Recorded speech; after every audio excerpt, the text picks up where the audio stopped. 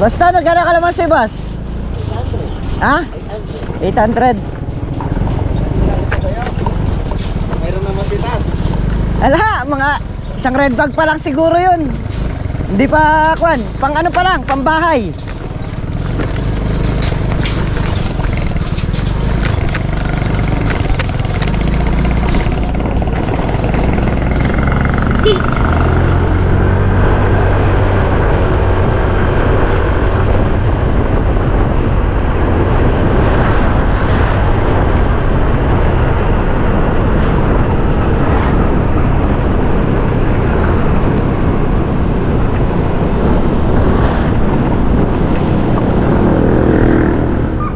Good morning mga trops, panibagong araw at panibagong vlog na naman tayo. So andito na nga tayo sa Lucky Farm. Ayan, mamaya siguro tatanim muna tayo. Wala pa yung mga kasama natin dito, tinanghali din. Wala pa sila para Garla, no?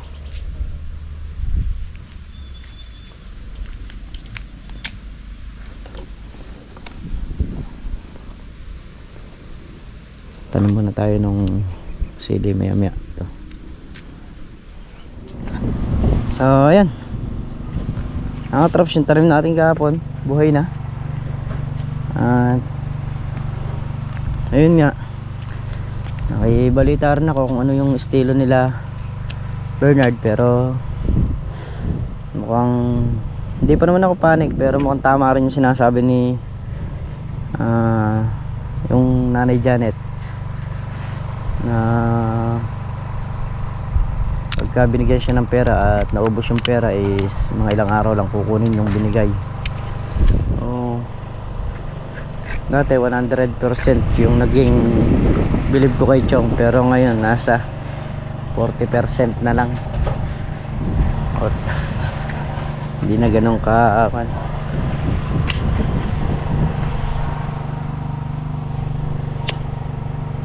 so pagpatuloy na lang natin yung buhay kung anong meron tayo. Ganun na lang yun. Yung utak ng tao hindi naman magkakamukha. Hindi naman nega nga iba-iba. So siguro dahil na rin sa ganun nga yung kapansanan ni Chong, kaya pagka aburido, hindi nakuha yung gusto, magmamaktol. Yun, tuloy lang tayo. Punla, pinuha natin, pero may tanim natin doon. Yun, sabi rin ni parang Carlo na pagka nga si Chong nagbigay ng pera at mga ilang araw lang binabawi niya sa nanay niya. Wala tayong magagawa kasi ganun. Sabi nga ni Bunso na yun, ganun nga yung yung mga PWD na gaya ni Chong. Unang-una mainitin ang ulo pag hindi nakuha yung gusto, medyo akala ko may ahas. Pag hindi nakuha yung gusto, nagdadabog, nagmamaktol hanggang sa makuha niya yung gusto niya.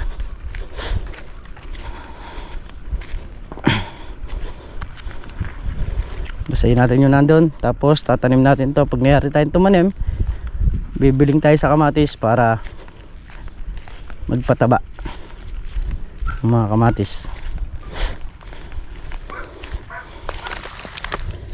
Ayun nga, yun yung nanay ni Chong is umalis nga din sa kanila, nag-rest muna. Ayan mga traps, tuloy na tayo sa trabaho.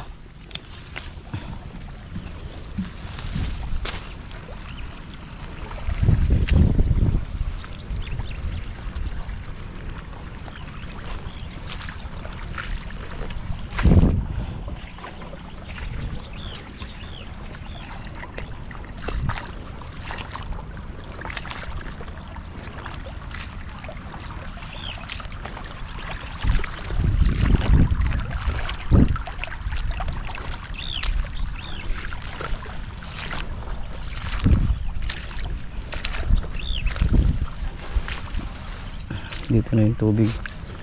O pagka sandali lang naman to, babasahin ko lang, tapos ilipat ko na rin sa kabila yung tubig para makapagpataba naman tayo dun sa mga ano dun, sa mga kamatis.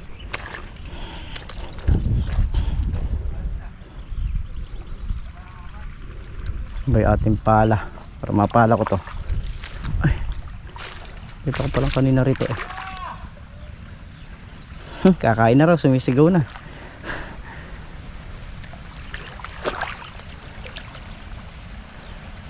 Ayun, yung pala.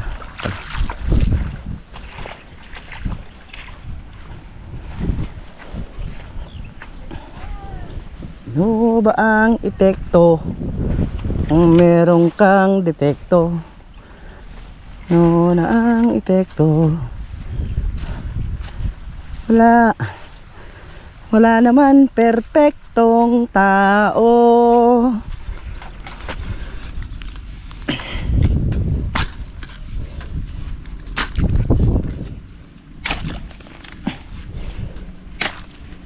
Yun.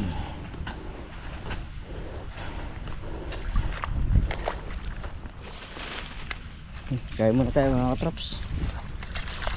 Tuloy-tuloy na yung trabaho habang pinapatubigan natin to.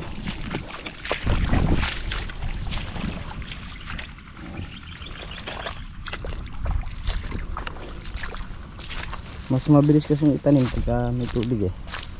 Tapos sigurado ka pa na buhay yung halaman.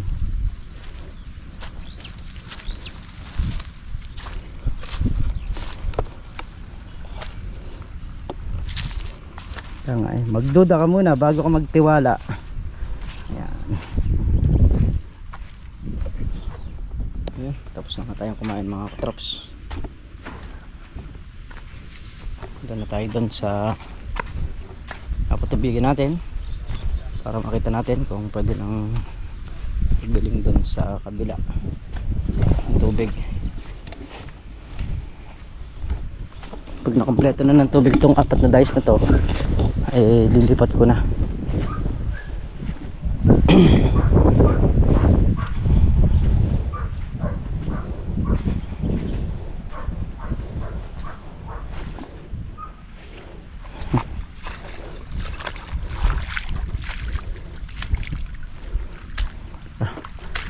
Ang isang dice pa doon sa kabila. Pupuntahan natin ang tubig yan. Ito okay na to. Yung 3 dayas, yun na lang, isa na yun.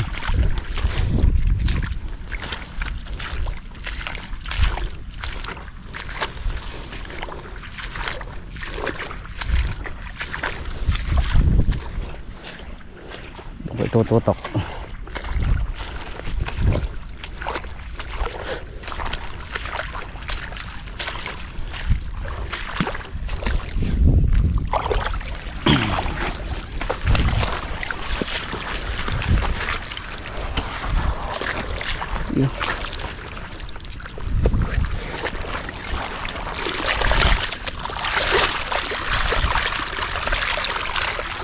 Yun na lang, ito na lang isa na to. Okay na, tapos na tayo rito.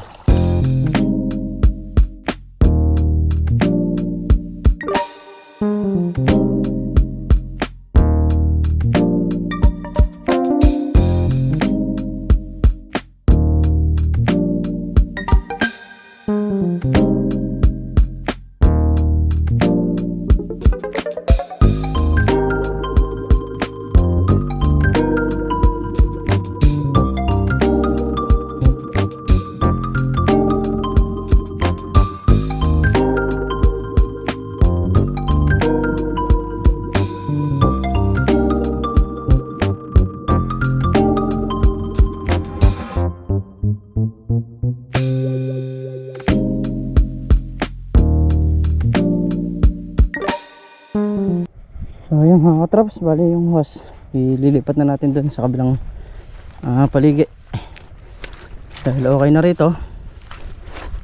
Naitanim na rin natin yung mga sili doon naman. Lipat muna tayo ng hose para matubigan naman yung nandun. Wala, may harap natin mapatubigan to kasi okupado yung makina. Pagkayari natin dito, sila naman dun papatubig. Ayan, kumalang tayo ng tubig mga katrops. Ito pa rin Carlo, nagpapataba rin sa mais. Ayan, katulong niya si Tol Nariel. Mamaya magpapataba naman tayo dito. Pinapatubigan ko lang muna lahat para isang patabaan na lang. At ito na nga, sadsad na yung unang dahis na to. Yung banda ron, okay na, nakapataba na.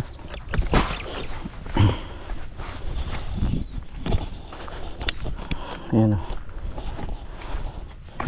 Ito, konti na lang din. Ito na lang, bali sa 2, 3, 4, 5 puno na lang. Sadsad na rin. Pwede na nating isara kasi marami naman tubig to. Aabutan na yun. Ayan, bali 2, 4, 6, 8 dayos yung ating pinapatubigan pa.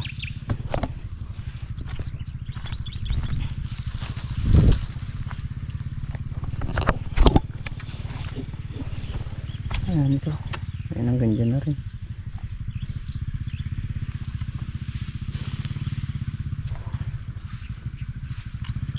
Yung guys na lang, mga tsatsaga na yan.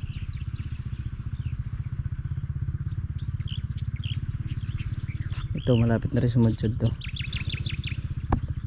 Tapos yung bali 4 na dayos doon malapit na rin. Konti-konti na lang. Ito na lang yung magiging matagal dyan, itong lugar na to. Ayan, yan na lang 2 dayos na magkatabi na yan. Tapos doon na meron pang isang, bali ano pa yun, 2 dayos pa yung nandun. So yun, tututukan na lang natin ng hose yun mga trops.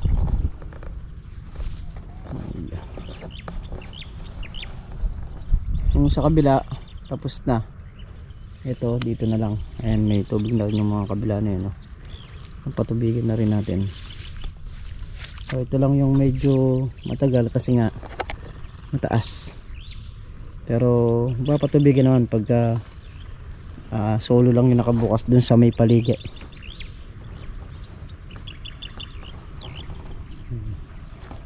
Konti na lang, konting tiis na lang dito.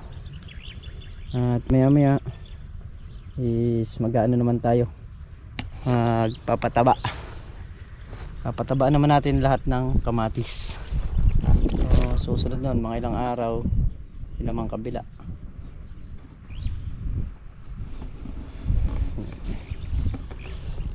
Yan, sad-sad na mga katraps yung 2 dayos. So pinupuno ko lang ng tubig yung drum para pagka kami nag-spray meron pagkukunan ng tubig dito sa dulo. Sprayin kasi ng ano yan, pang damo.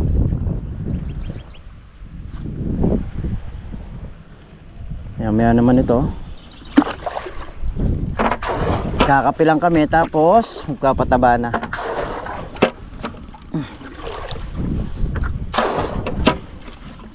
Andun na sila sa kubo. Pinupuno ko lang to.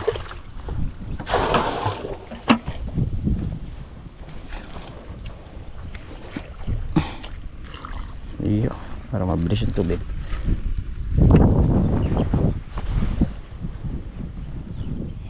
Ayan, okay na.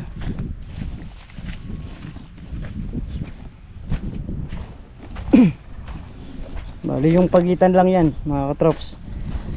Dahil magpapatubig si paring Carlos sa mais ngayon, kaya hindi natin niyari lahat yung kalamansi. Ayan, tumatawag na sila. Ayan, itong pagitan ng kalamansi hindi pa nakadilig yan. Pag niyari sila magpatubig, doon natin patutubigan yan. Unahin muna nila yung mga halaman dahil kailangan na ng tubig.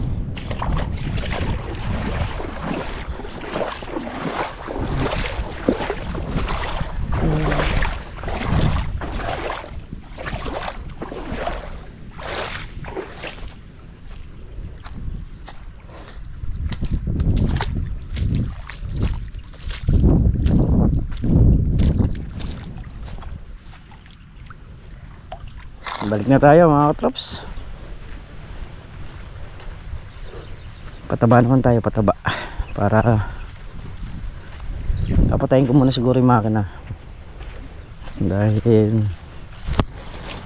maradong sadsad na rin yung nandito. Papatay muna tayo para ma-diretso naman yung paring Carlo mamaya doon sa kanya. Ayun na, meron na yung tubig. Oh, napuno na ng tubig rin.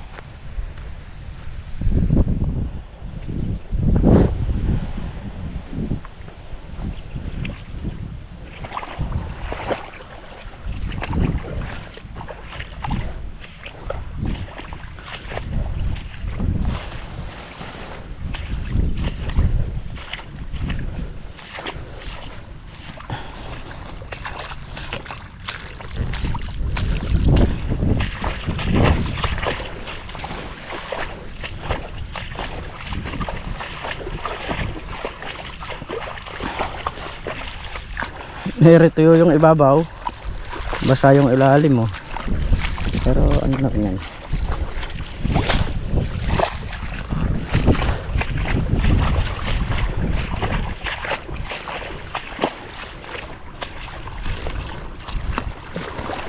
So okay na, finish na, patubig na tayo. Patayin ko muna yung makina, start na tayo magpataba. You know, bilis tumaas ng mga mais dito nung mapatubigan eh, biglang angat tapos namuso na.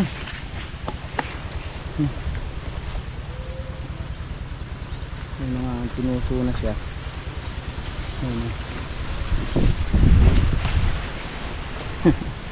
Taas.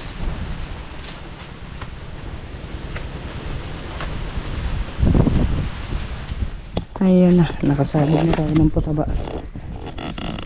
Mayari na itong dito, yun namang nando sa dulo.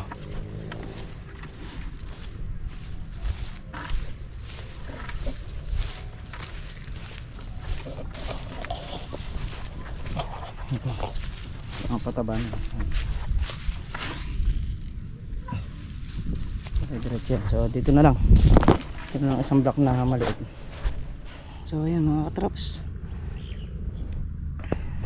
tapos na tayong magpatubig, tapos na tayo magpataba.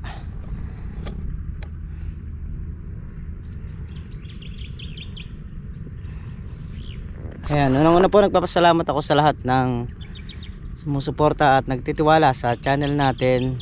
Ayan, at lagi ko nga po sinasabi, mag-iingat po palagi. At Merry Christmas po sa lahat. Sa ngayon po sila Tol na Riala yung tumutulong doon sa kabila. Paring Carlo naman nagpatay ng makina. At para mapagtulungan naman namin yung host na ikadkad papunta ron sa kanyang maisan. Kasi nga nagpataba rin siya ngayon doon. Kailangan patubigan. Napaandaran niya ngayon yun. Hindi man niya paandaran ngayon yun, bukas sigurado paandaran niya yun kasi kailangan ng patubigan.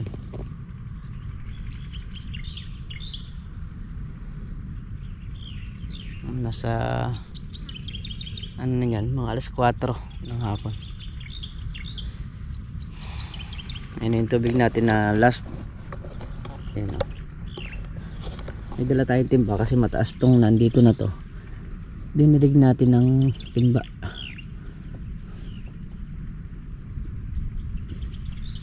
Tapos itong isa na to dito sa gilid didiligin din natin. So yan lang.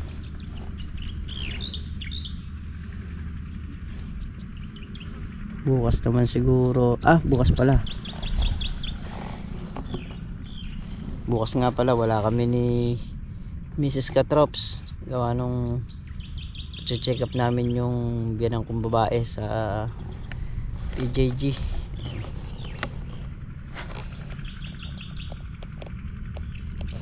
So balik bukas nun eh. Kaya maga kami ni Mrs. Aalis ng bahay bukas. Pati yung lagawan niya close muna bukas.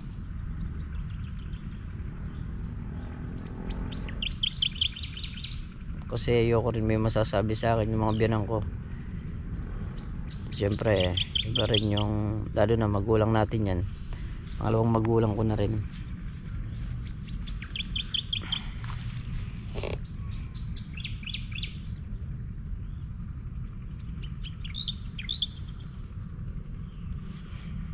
Yung ano yung pagmamahal ko sa magulang ko, yun din yung bibigay ko sa pangalawang magulang ko syempre.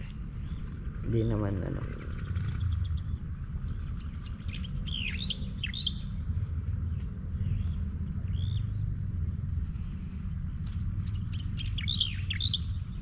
Diligan ko muna to. Ayun yung tubig.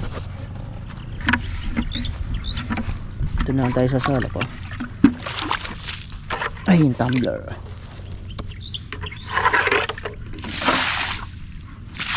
Kailangan basang-basa rin para sulit din eh.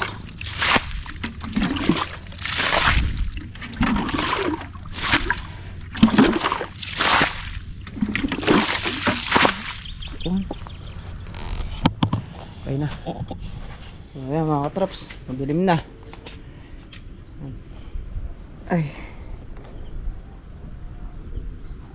dilim na. Pauwi na tayo mga katraps.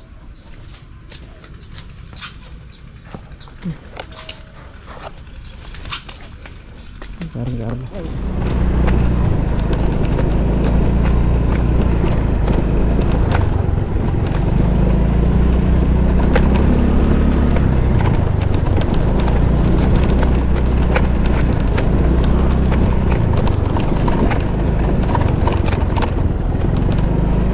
Pinulikat yung pa ako.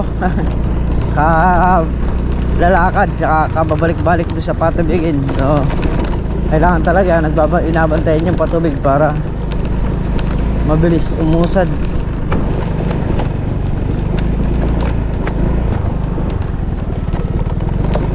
Ay.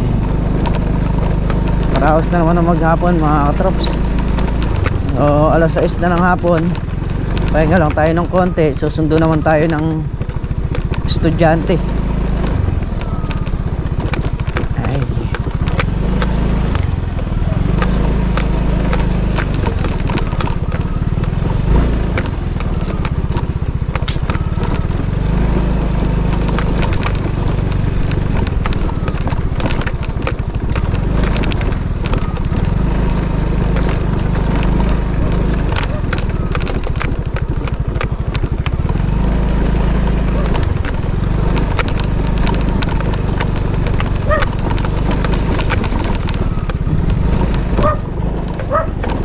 Sa susunod na araw naman naman tayo, sasaksak naman tayo ng buho doon sa mga kamatis.